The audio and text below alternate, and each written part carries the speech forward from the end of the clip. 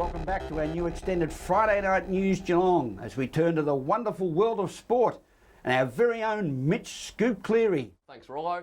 Well, it's exciting times with the Sport Bulletin for 30 minutes starting from tonight. And what better way than to look ahead to the upcoming cricket season with an interview with Melbourne Renegade Merrick Buchanan, who has been handed the reins of Geelong cricket captain for the One Day and 2020 sides this season. Merrick, here at the Renegades Clinic, something to enjoy getting down with the local young kids? Yeah, it's good. It's good. Good to come down and I suppose give a bit of knowledge back into when you were a young kid and people, older cricketers, come down and did this for you. So it's good. Good young kids and it's a bit of fun. Yeah. How are you enjoying being a Renegade? It's been a year now since you signed on. How are you enjoying everything that comes with being a Renegade? Yeah, it's good. I suppose very new team this year. So I suppose that's going to go into it and meet a whole new group of people, so looking forward to that. But what comes along with it's all fun, great crew and great coaching, so yeah. Being appointed captain of the Geelong Cricket Club for 2020s and One Day, it must be a big honour. Yeah, it is a big honour, I suppose, taking over from my brother last year, so especially being so young, it is going to be something new and something that I'm really looking forward to, but I suppose it'll help myself grow as a cricketer and hopefully one day look down the track, get a nod for higher honours. So that's what that whole decision behind it is, sort of young, and it'll help my development as a cricketer. Liam playing at Geelong West, have you spoken to him about what comes with the captaincy of the Geelong Cricket Club? Not really. I think he's sort of leaving it up to me a little bit. I suppose a lot of it's a learning curve. I've done a bit of captaining before, but it is a pretty big role with so many people looking on, so many people, I suppose, looking up and around the club. Yeah. Do you think it's a big, obviously for higher honours, it's a good thing to have when people look at you as a leader? Definitely, I suppose everyone wants to have a person playing that can lead by example, even if you aren't captain. So if you've got them qualities as a cricketer, they're obviously going to look to you first before maybe someone else who's out on the piss and not showing them qualities. So yeah. Thanks, Merrick, and good luck this weekend against Ringwood. Now we keep with the Premier Cricket tune and speak to his coach, Damien Shanahan, for all the latest in the happenings of the Geelong Cricket Club over summer and what can we expect with a number of exclusions from the side this year, including Liam Buchanan and Justin Foss. It's obviously been a really big pre-season for the players and coaching staff and so forth, and we're looking forward to taking on Ringwood at Ringwood on Saturday. How long have you guys been going for, and what's been involved between now and then getting the players right? Yeah, our sort of first and second squad, our senior squad's been training since mid-May. So we've really identified that we need to really work on our batting skills and so forth. So our first prep in pre-season was all sort of batting based, and then sort of mid-June our bowlers started getting together and obviously had their strength and conditioning programs to work on in the other times. So yeah, it's been a pretty full-on program, and we're really excited that the season's upon us now. Spoke about the batting, you got two new guys, McDonald and Crossway to strengthen that. You hopefully they can score a few in Premier Cricket this year? Yeah, well, we've lost a lot of experience. Obviously with Liam Buchanan, Matthew Harrison, Alex Stanley, Justin Foss, batting sort of depth. So, yeah, we thought it was really important we bring a couple of more younger guys into the club as well, who have had some good experience themselves at a young age and have got a lot of talent as well. So it's great to have those two boys on the Geelong's books this year, and we're really excited. Josh McDonald's program's been excellent in the pre-season. He's made a couple of 50s and a 60. Has really shown that he's got a lot to offer us opening the batting in the one-day format. And James Crossway's just got back from England as of 2 days ago, so he trained last night and was looking really good as well. So it's quite exciting. Got away to Queensland for a little while. What did you gain from that, and good team bonding, if anything? Oh, we gained a lot from it. This is the first time that we've been away on a pre-season tour like that, and it was a magnificent thing to happen for our playing group, and great reward for a long pre-season indoors with the typical Geelong winter. So to be able to go up there and play 3 really hard competitive games against some fantastic opposition, held us in really good stead, and we identified a couple of players out of that trip that we thought might be not as far as advanced as they are. So it really goes to show that those sort of opportunities are a blessing in disguise. Can you give us some names on those guys? I guess with the outs of experience you have got, some could say you might fall down a little bit this year, but your twos have been stronger for a long time now. A few guys you can draw on from that grade to step up. Yeah, we've lost 14 players between the first, seconds and thirds, which, traditionally for Premier clubs, I suppose it's a really high number. But every 3 or 4 years, it generally, other clubs come knocking, particularly from local level and Melbourne clubs and so forth. And we've had a lot of travellers as well. So, we've had 3 or 4 guys living in Melbourne for the last 3 or 4 years that have put in some hard yards to be a part of what our program is. And we've identified, obviously, we've had a really strong list for extended period of time and a couple of club championships in a row, and obviously top 3 finishes in the last 5 years. So it's a great thing for the club to be at that level for so long. And this year is sort of, I suppose, if we take a step back, it's going to be about learning and making sure that we're preparing our players for that next step into the future as well. And we're really happy with our young group. Our average age last year was around the 20 mark, and we've probably dropped that down now to about 19. So, younger guys who will come through the seconds and are really going to be pushing, obviously Luke Ibbs, Andrew Hodgson, and then you're looking at Reece Burke and these sort of guys as well. So, we've got a nice little core group of players that are going to be at any given stage this year given opportunities at first grade cricket, which are going to hold them in good stead in the future. Yeah, Aaron Finch and Merrick Buchanan, 2 biggest names in the squad. Merrick stepped into a leadership role, and how much can you see of Aaron? Expect to see of Aaron this year? Yeah, obviously Merrick is going to be captaining our one-day side and our 2020 sides. We find that's going to give him some fantastic opportunities to develop his leadership skills, and he's got a fantastic cricket brain, and put some real effort into him and for his future in the game as so forth. With Finchy, obviously, we prefer not to probably see him at all through the season. Hopefully he's representing Victoria long term all year and hopefully pushing for an Australian spot. The beauty of Aaron is when he does play for us, he plays at 100%, and as shown last year, 2 or 3 massive hundreds and won the batting award after only 5 games. So, he's pushing 600 runs in 5 or 6 games. So, we're really excited when he does come back. But, in reality, it's about the group that's here full time and, giving those guys full exposure. You got the Finch squad here, and the naming of one of the lanes in the nets. So good exposure for him. Oh, it's a great reward, to be a lane in the nets named after it with all the test players up there, and obviously for his 2020 games that he's played for Australia. It's a fantastic thing for a local boy from Colac to be able to go all the way there, and it's the first guy, I suppose, in the modern era to do that. So that's a great achievement, and the Finch Quads are a fantastic initiative by the Cricket Club, and Aaron's backed it up with putting his name to it, and obviously going to be at some coaching sessions as well. And it's a great initiative for the young players coming through and taking that next step in a pretty much a part-time program, and instead of 5 or 6 sessions that traditionally our backer squad does deliver on. And now we've got an in-season squad that we find that it will be a fantastic thing for the local community. Thanks, Shanners, and good luck this weekend once again. As we go to the break, don't forget you can follow us on Twitter at NewsGeelong31 or Facebook.com/NewsGeelong31, where we'll post all the upcoming stories in the days leading up to our Friday show.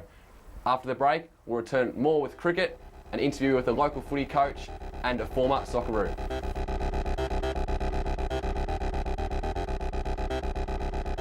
Welcome back to News Geelong, and we keep with the local cricket flavour and speak to Rowan Obst, who is the chief man behind the new 2020 Blast competition for kids aged 8 to 12 in Geelong. They will continue to push the message through local schools and cricket clubs before they begin on November 23 at the Geelong Cricket Club for all kids, with music and plenty of entertainment on offer. It's a school holiday clinic that's been put on by Cricket Victoria and the Melbourne Renegades, and just to get some kids involved and basically launch them into cricket season. Few numbers here. It's good to get the young kids involved, and there's always a question whether kids are going to be, say, involved in cricket, so that's obviously the number one goal. Yeah, look, it's a great start outside of cricket season, especially down in Geelong as well, where it's very much a football town, and I suppose with the Cats bailing out in the finals, it's certainly cricket time now. Yeah. You've got the T20 Blast starting up in about a month's time. Can you just explain a bit about that? Yeah, absolutely. T20 Blast is a new program from Cricket Australia. It was formerly known as the Kangaroo 8s program in schools, where we've had over 32,000 participants last year, boys and girls taking part in a modified format of cricket. It's been rebranded to T20 Blast and is going out into the wider community now. And we've got a program, luckily for Geelong, in the Geelong area, starting in a couple of weeks' time in November of a Friday night, and we're working in partnership with Geelong Cricket Club and the Geelong Cricket Association to get things off the ground, and things are looking promising so far. Just looking from the outside, it looks like a vibrant competition with a bit of music and flair and that sort of thing. That's good to get the kids involved that way. Yeah, absolutely. It's a fantastic concept for the kids to be involved in. Music, food, fun, all that sort of thing, and probably more so for the parents, is the games are going to be done in under an hour and a half. So for those time-poor families and for kids that are wanting to get involved in cricket, particularly girls, it's a fantastic opportunity for them to take part. And just lastly, what's done between now and then to get the numbers right and where you want them to be? Yeah, absolutely. It's at the moment we've got a bit of work to do there, and we're working through the community associations, getting involved with local media, also being involved with the local cricket club, and of course News Geelong. Yeah. Thanks, Rowan, and good luck for the weeks ahead. Now expect our resident raceman John Dunn, the development manager from the Geelong Racing Club, for all the action from last Friday's race meeting as we return to turf. Well, the first meeting back on the grass here last Friday afternoon, and what a wet and bleary day it was to return to the turf racing at Breakwater. In the opening event, well, it was the start of a red-letter day for trainer Leon Corsons when the $3 favourite Purple Storm was proved far too good with Stephen King aboard in the opening event. Breakfast in bed with Moreau. Purple Storm still runs up to them despite covering ground. Mrs. Hadley, Queen of 8, and then Serastian, but Purple Storm hit the lead and dashed away with 100 to go. 2.5 to Moreau. Serastian down the outside, but a good solid win here by Purple Storm. Young Achiever of the Year award winner Damien Thornton, the gun apprentice, he combined with his father Glenn when their charge Captain Titanium scored a big win in the maiden plate. Captain Titanium out wider with Big Tilly. 200 to go. Barbuda led. Magnetic Magic gets a split, and Captain Titanium out deep. It joins in quickly. And Captain Titanium hit the front from Barbuda and Magnetic Magic. And Captain Titanium opens up at the end and drew away. Captain Titanium. Leon Corsons completed a winning treble here at Geelong when the son of Zavabil, Wolfpack, he bounded clear in the home straight and ended up trouncing his rivals in the other maiden plate. Out wide, Wolfpack is starting to unwind now. They raced up and grabbed the front. They beat off General Jack. Out deep though, Wolfpack dashed away, getting into second, Night Stalker, Ballygang Lad, and then Force 12, but it's Corstens and Oliver again, and Wolfpack won it by 3 lengths. The locally prepared galloper Intention, well, he had good form here at Geelong prior to his last start. He finished down the track behind a very smart type trained by Mark Kavanagh. He appreciated the drop-in class back from a 78 to 72 showcase, and he finished strongly to take out the final event on the grass here last Friday afternoon. Inora being challenged by Intensi on the far side. Vasira still there, and then from the vault, Simper Ariba, Zuckerberg only battling, but it's Intension who drew about a length in front, 100 to go from Vasira. Another Prelate starting to run on at the end, but it's Intension in front, and Intension won it by nearly 2 lengths. You get here for just the one ride too? Yeah, I was scratching the previous and just had this one left, so it was a good one. All right, so you're just coming here for one ride and it's been worth the trip. He's finished up winning that pretty comfortably. He did, he was going to win a long way out. Problem was I drew one and wanted to get some cover, but they raced off the fence and he was racing fairly keen during the run. But from the 600, I said that much horse there, it was always just a matter of wanting to press the button. When I did, he let down really nice. Okay, well done, mate. Cheers, mate. And that's the wrap-up of racing. A return to the grass here last Friday afternoon at Geelong.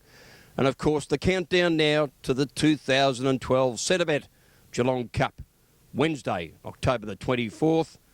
Hope to see you out here, Mitch, with the rest of Geelong. And they tell me Captain Nervous, you're out of action. Congratulations, though, on leading St Mary's to a big win in the grand final. Thanks, Dunny. It was a great week of celebrations.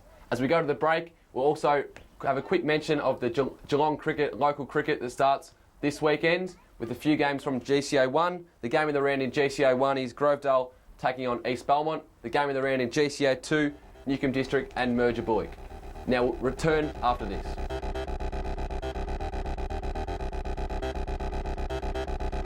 Welcome back to the Sports Bulletin of News Geelong in our debut in the new format tonight. We have a special interview tonight with the A-League kicking off tonight between the Melbourne Heart and Melbourne Victory, and what better way to preview that with our very own Geelong former Socceroo, Josip Skocko, who was out at North Geelong earlier this week for a local junior clinic. Josip Skocko down here at North Geelong Football Club, enjoying the clinic this week with the young kids and helping them develop a few young players? Yeah, it's been good so far. Day 2 today. The kids have been fantastic so far. We had a good first day. It's all about just getting the kids and to enjoy it, have a bit of fun, get a few touches of the ball and learn something different. I've been really lucky to have Glenn Trefiro of Football Tech working with us down here. He's been up and running for about 3 years now in Sydney and Melbourne, so it's been really good. He's brought some new things to the game here, and I'm sure that a lot of these youngsters wouldn't have seen it before.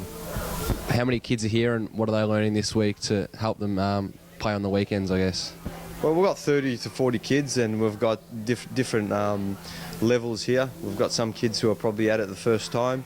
We've got kids who have been playing for 6 or 7 years already. So it's really difficult to sort of treat it as a whole group. But individually, the kids are getting a lot of touches, learning how to play in small areas, tight areas, and just getting a lot of touches. You retired from Melbourne Heart last year. This keeping you busy outside of playing professional football? Yeah, well, I'm involved here at North Geelong with the juniors and that, so I thought this sort of leads on from that. And yeah, it's enjoyable to give other kids a chance outside that framework of soccer in Victoria, to give them a chance and to come and work with you. So yeah, I'm enjoying doing it, and yeah, hopefully I can do a few more. And what's your involvement here at North Geelong? Your brother head coach at North Geelong this season? Yeah, this season I've helped him during the year, assisted him, and we had a really good year. He finished equal third, and I think with a young crop of kids, it was a great result after fighting off relegation the year before. It was really good and really positive atmosphere at the club. Any itchy feet? Any chance you're going to play for North Geelong in the coming seasons? Nah, sort of with finishing at Melbourne Heart, that was pretty much it for me, apart from the kick on the weekend or whatever. I still enjoy having a run on the training track, but officially I think definitely that's it for me. And the A-League season starts this Friday night. Are you excited to watch the Melbourne Heart go to business against the Victory? Yeah, definitely. Obviously the big derby clash first up, massive to start things off with. I think everyone's craved the football here. It's been 6 months since the A-League finished, so I believe it'll be a big thing for all football followers, and yeah, I'm definitely looking forward to seeing the first game, especially since John Aloisi is the coach now and a close friend of mine, and I've had a little bit to do with them in the pre-season, and obviously still closely affiliated with them. How do you think their chances are this season? They improved last year and they're probably the third year in the competition this year? Yeah, I think they've picked up a few good signings. The squad's probably better for 2 seasons as well, the core of it. So I definitely think they should do better, and I think if they don't make the finals, they'll be disappointed. And big growth in Geelong and North Geelong being one of the bigger clubs in town. Do you think there's any chance of an A-League club or even a bigger growth in soccer in Geelong? Oh, well, junior-wise, I think Geelong's grown exponentially lately. Here at North Geelong, we've got up to 150 juniors, and some of the other clubs here in Geelong are really growing, and the quality's good. And I see down the Surf Coast region as well, it's really spreading. So in that sense, fantastic, At senior level, look, only North Geelong's in Division 1. All the other clubs are a little bit behind. So I think it's probably not feasible just at the moment, to be looking at a club at A-League level. But, I think the way Geelong's growing football-wise, and it is quite football mad, I think, maybe down the line, maybe 4 or 5 years down the line, it's, definitely a possibility. Thanks, Josip. Now we have Tom Lim, Premiership coach of the Queenscliff football side, who took out the Ballerine Football League this season over Torquay. We spoke to him about the past season of 2012 and what's in store for the Cooters in 2013. Got the job done in the BFL Grand Final. Must have been a massive weekend for the footy club. Yeah, it was a massive weekend for the whole town, really, Mitch. We got the job done, as you said, on Saturday, which is good relief, and then Saturday night was spent with our supporters and all their support staff and those that put so much into the club. and kind of giving back to them a bit and thanking them for their time. And then, we got to enjoy it a bit more as the week went on, and the celebrations, really rolled on for the whole week. How special is it? It's a town, not just a footy club. It's a whole town gets involved, and I'm sure there was plenty of blue, red and white down there at Drysdale.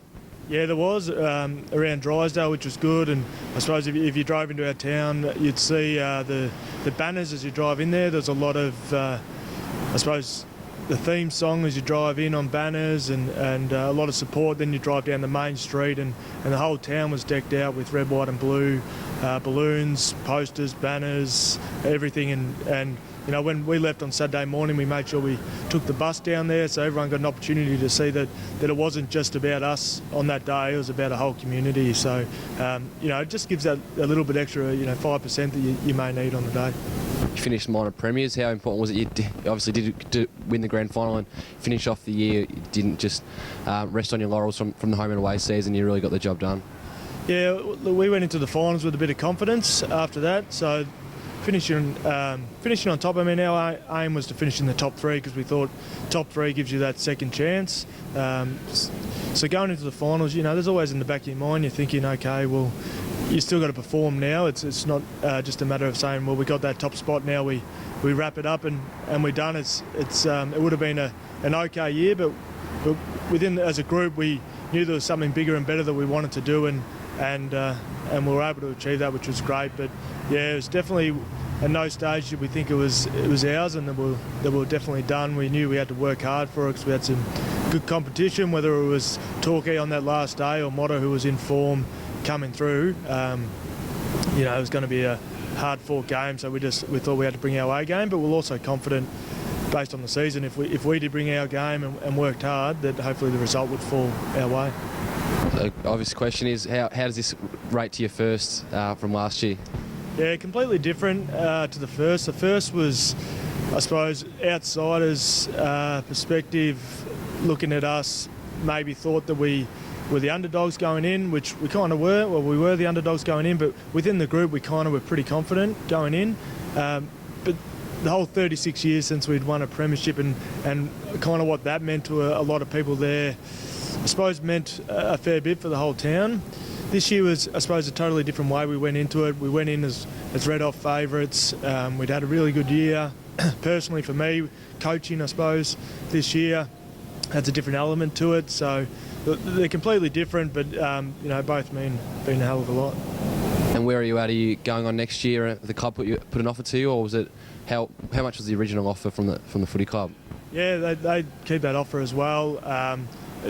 I've never actually signed a contract with the football club. Being a local person who's grown up in that community, a handshake with Russell Burnside's all you really need, and a lot of the players are learning that we don't actually write anything down, because if someone wants to leave at some stage, well, they're more than welcome to head off. We don't make anyone stay, but I've sat down and spoke with them, and money doesn't really come into it. It's where we want to head as a club, and they've offered for me to stay on again, and I've accepted it, and kept Steve Owen on as my assistant coach. So we're at the moment just looking around to contacting our current list to try and maintain the group that we've got, as well as start to look at other people who are looking to join our club. And I suppose we're in a position now where we can really focus on bringing the right people to our club. In the past, it's probably you're really desperately trying to find people who want to come down to Queenscliff. When now, because we're in the position we're in, we can really make sure that we're getting the right people to our club that are going to support our culture. Thanks, Tom, and good luck for the hard slog of summer months ahead.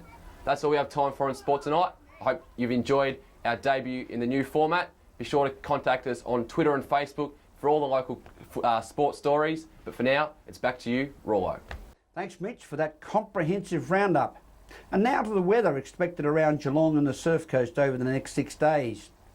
Tomorrow, Saturday, start of the cricket season. Cloudy areas of rain easing to isolated showers by the evening and a top of 15. On Sunday, partly cloudy, isolated showers during the morning with a top of 15. Monday improving, mostly sunny with a top of 18. Tuesday will be partly cloudy with isolated showers developing later in the day with a top of 19. Wednesday will also have a top of 19, although it will be cloudy with some scattered showers. while Thursday will be cloudy with showers throughout and a top of 15. Today was partly cloudy with isolated showers this morning, and we had a top this afternoon of 17 degrees. That's all we have time for on tonight's News Geelong, our extended edition on Friday nights at 6:30 through until 7:30. Make sure you tune in again next Friday evening. To our Umpire of the Year in 2011, Brian Coughlin.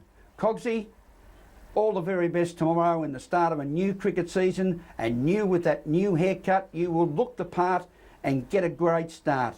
And remember, Cogsy, take your time and smell the flowers. From all the team at News Geelong, have an enjoyable evening, a safe weekend, and a very good night.